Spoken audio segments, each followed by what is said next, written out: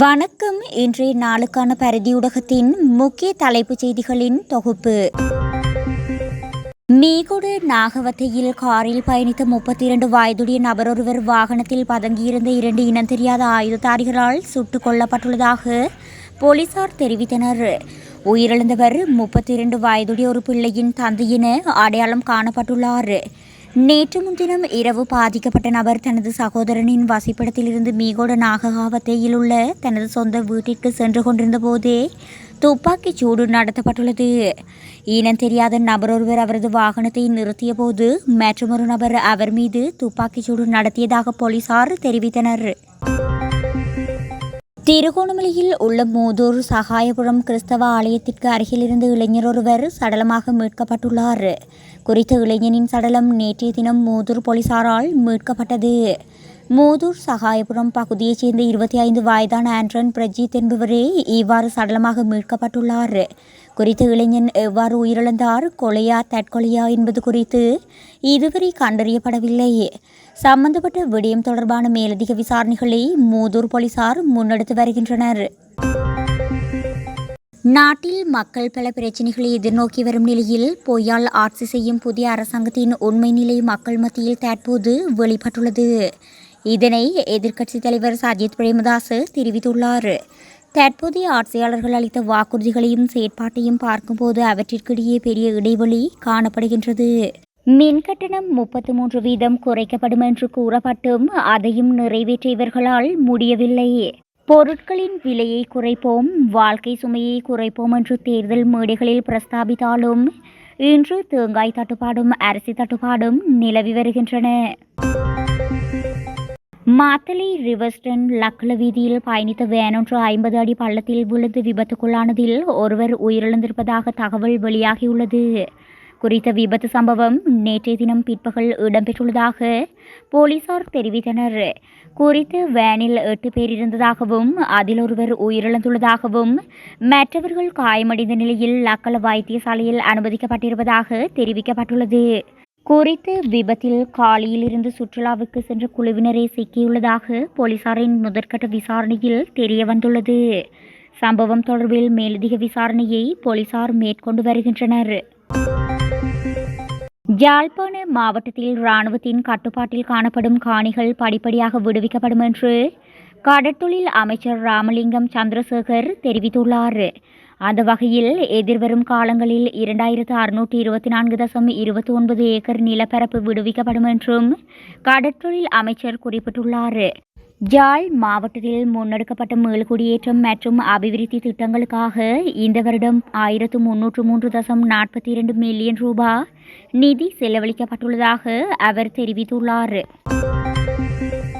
Godakawela police பிரிவுக்குட்பட்ட பிசோகொட்டுவ பகுதியில் தனிப்பட்ட தகராறு காரணமாக ஏற்பட்ட வாய் தர்க்கத்தை அடுத்து மகன் தாக்கியதில் தாயொருவர் உயிரிழந்துள்ளார்.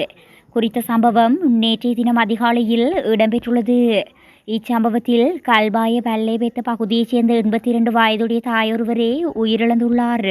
சடலம் குறித்து நீதவான் விசாரணைகள் நடத்தப்படவுள்ளதுடன் சந்தேக நபரை கைது செய்வதற்கான மேலதிக விசாரணைகளை கொடகவெல போலீசார் மேற்கொண்டு வருகின்றனர்.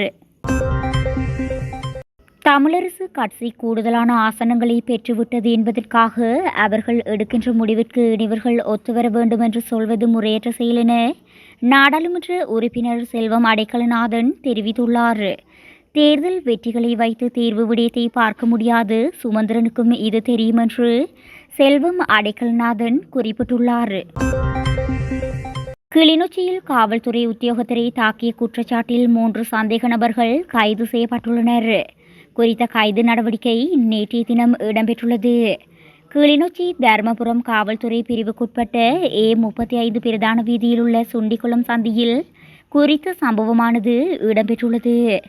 விசுவமடு பகுதியிலிருந்து பரந்தன் நோக்கி பயணித்த மோட்டார் சைக்கிளை நேற்று முன்தினம் வீதி சோதனையில் காவல்துறையினர் ஈடுபட்ட பொழுது தலைக்கவசம் அணியாது மோட்டார் சைக்கிளில் பயணித்த 3 சந்தேக நபர்களை மறித்துள்ளனர். வீதி சோதனையில் ஈடுபட்டு கொண்டிருந்த காவல்துறையினர் மோட்டார் சைக்கிளில் பயணித்தவர்களை சோதனை ஈடுவதற்கு முற்பட்ட வேளை மோட்டார் சைக்கிளில் பயணித்த ஒருவர் தமது கையில் இருந்த கண்ணாடி போத்தலால் தாக்கியுள்ளார். இந்த சம்பவம் தொடர்பாக தருமபுரம் காவல்துறையினர் மேற்கொண்ட விசாரணை மூலம் 3 சந்தேக நபர்கள் கைது செய்யப்பட்டுள்ளதுடன் 2 மோட்டார் சைக்கிளையும் பறிமுதல் செய்யப்பட்டுள்ளது. ஜாழ் மானிப்பாய் போலீஸ் பிரிவுக்குட்பட்ட சண்டிலிப்பாய் தொட்டிலடி பகுதியில் வசிக்கும் இளம் குடும்ப பெண்ணொருவர் தனது கழுத்தினை தானே கூறிய ஆயுதத்தால் அறுத்து கொண்டுள்ளார். குறித்த சம்பவமானது நேற்றைய தினம் இடம்பெற்றுள்ளது. இதனால் குறித்த பெண்ணின் கழுத்தில் காயம் ஏற்பட்ட நிலையில் சங்கானி பிரதேச வைத்தியசாலையில் சிகிச்சைக்காக அனுமதிக்கப்பட்டுள்ளதாக தெரிவிக்கப்படுகின்றது. இவ்வாறு தனது கழுத்தினை தானே வெட்டி கொண்ட பெண் அராலி பகுதியைச் சேர்ந்தவர் என்று தெரிவிக்கப்படுகின்றது. குறித்த பெண் மனநலம் பாதிக்கப்பட்டிருந்ததாகவும் அதற்கு சிகிச்சை பெற்று வந்துள்ளதாகவும் தெரிய வருகின்றது. மேலும் மானிப்பாய் போலீசார் இந்த சம்பவம் குறித்து மேலதிக விசாரணைகளை மேற்கொண்டு வருகின்றனர். வவுனியாவில் உள்ள குளம் ஒன்றிற்கு அருகிலிருந்து அரச ஊழியரின் சடலம் மீட்கப்பட்டுள்ளதாக காவல்துறையினர் தெரிவித்துள்ளனர். வவுனியா சேமமடு குளத்தின் வான் பகுதியிலிருந்தே குறித்த சடலம் நேற்றைய தினம் மீட்கப்பட்டுள்ளது. குறித்த இளைஞர் வன ஜீவராசிகள் திணைக்களத்தினால் அமைக்கப்பட்டுள்ள ஜானை வேலிகளை பராமரிக்கும் பணி செய்து வருவதாக தெரிவிக்கப்பட்டுள்ளது. இந்நிலையில் நேற்று முன்தினம் மாலை குறித்த இளைஞர் சேமமுடு குளத்தின் ஆற்று பகுதிக்கு சென்றிருந்த நீண்ட நேரமாகிய நிலையில் அவரை காணாத நண்பர்கள் தேடியுள்ளனர். இதன்போது அவரது சடலம் நேற்றைய தினம் காலை குறித்த ஆற்று பகுதியிலிருந்து இளைஞர்களால் மீட்கப்பட்டுள்ளது. முன்னாள் ஜனாதிபதி மஹிந்த ராஜபக்ஷவின் பாதுகாப்பிற்காக 60 காவல்துறையினரும் 231 முப்படையைச் சேர்ந்தவர்களும் தற்போது உள்ளதாக பொதுமக்கள் பாதுகாப்பு மற்றும் நாடாளுமன்ற அலுவல்கள் அமைச்சர் ஆனந்த் விஜயபால தெரிவித்துள்ளார். ஆனால் எதிர்க்கட்சியினர் அதனை மறைத்து அவரது உயிருக்கு ஆபத்து என்று பொய்யான பிரச்சாரங்களை செய்து மக்களை திசை திருப்புவதற்கான சூழ்ச்சியை முன்னெடுப்பதாக அவர் மேலும் சுட்டிக்காட்டினார். காவல்துறையினர் மஹிந்த ராஜபக்ஷவின் பாதுகாப்புக்காக நியமிக்கப்பட்டிருந்த 176 காவல்துறையினரில் 116 பேரை குறைத்து 60 பேரை வழங்கியுள்ளனர். ஆனால் முன்னாள் ஜனாதிபதிக்கு இராணுவத்தை சேர்ந்த 64 பேர் உள்ளடங்கலாக 231 முப்படைகளைச் சேர்ந்தவர்கள் பாதுகாப்புக்காக இன்னமும் உள்ளனர். ஆனால் அந்த விடயத்தினை எதிர்க்கட்சியின் உறுப்பினர்கள் மறைத்து விடுகின்றார்கள். மக்களை திசை திருப்பும் சூழ்ச்சியுடன் தான் கருத்துக்களை வெளியிடுகின்றார்கள் என தெரிவித்தார்.